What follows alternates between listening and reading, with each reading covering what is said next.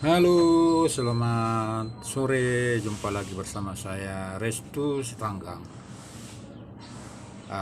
Kemarin-kemarin telah saya berbagi pengalaman tentang ciri-ciri pasien cuci darah, makanan dan minuman yang bisa dikonsumsi pasien cuci darah.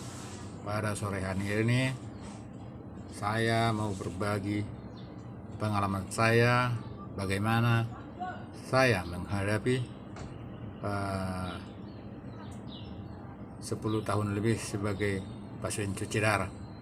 Ada beberapa uh, faktor, beberapa cara saya untuk menghadapi hidup sebagai pasien cuci darah. Yang pertama itu berdoa atau bersyukur. Yang kedua itu semangat hidup. Yang ketiga uang. Ini penting, uang ini. Yang keempat, dukungan keluarga, khususnya istri dan anak serta keluarga dekat.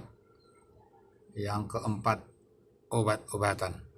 Nah, saya akan menguraikan satu persatu cara saya untuk menghadapi menghadapi cuci darah ini selama 10 tahun. Yang pertama tadi, doa atau bersyukur. Selama ini memang dulu memang saya pernah drop ya, setahun lebih setelah saya divonis pasien cuci darah gagal ginjal. Nah, setelah ada seorang pendeta datang ke rumah ya untuk memberi semangat, support, doa. Dari situlah saya bangkit. Saya bersyukur dan berdoa.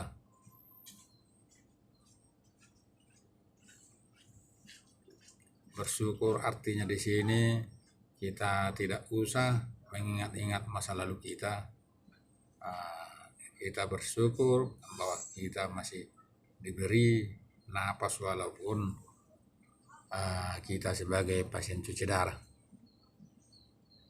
Yang kedua itu tadi semangat hidup. Semangat hidup ini penting karena apa? Kemana kita juga dibawa berobat, apapun yang kita minum obat, seberapa pun uang kita, kalau nggak ada semangat hidup dari diri kita sendiri, itu mustahil kita bisa menghadapi penyakit seperti gagal ginjal ini. Jadi semangat hidup itu harus penting datang dari diri kita sendiri. Yang ketiga, uang. Ini penting uang ini. Karena apa? Yang sehat aja butuh uang, ya kan?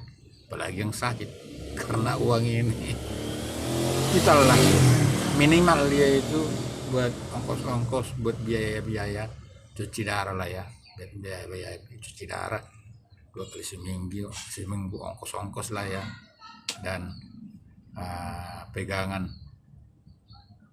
Yang keempat itu dukungan dari istri dan anak dan keluarga dekat. Ini juga paling penting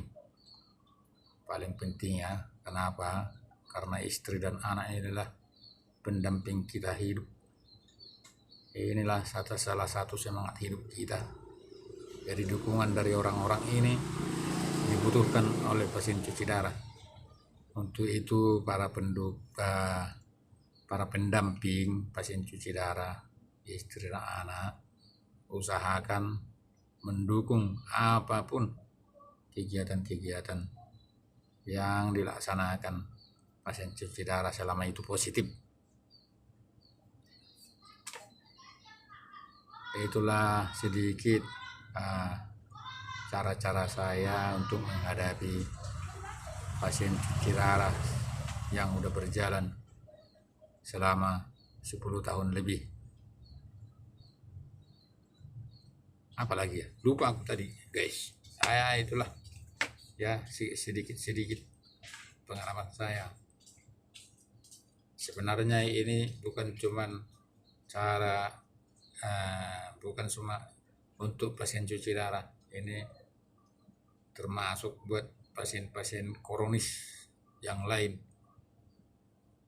Kita membutuhkan itu, membutuhkan semangat hidup, membutuhkan dukungan keluarga, membutuhkan lupa tadi obat-obatan. Ya, obat-obatan ya. Obat-obatan ini penting juga ya. Tapi kalau boleh, pernah saya bahas kemarin, jangan cepat terpengaruh dengan obat-obatan yang dari luar, obat-obatan yang berkeliaran di medsos. Ya, ikutilah obat-obatan yang dianjurkan oleh dokter kita ya guys ya. Nah, obat-obatan ini penting ini karena efeknya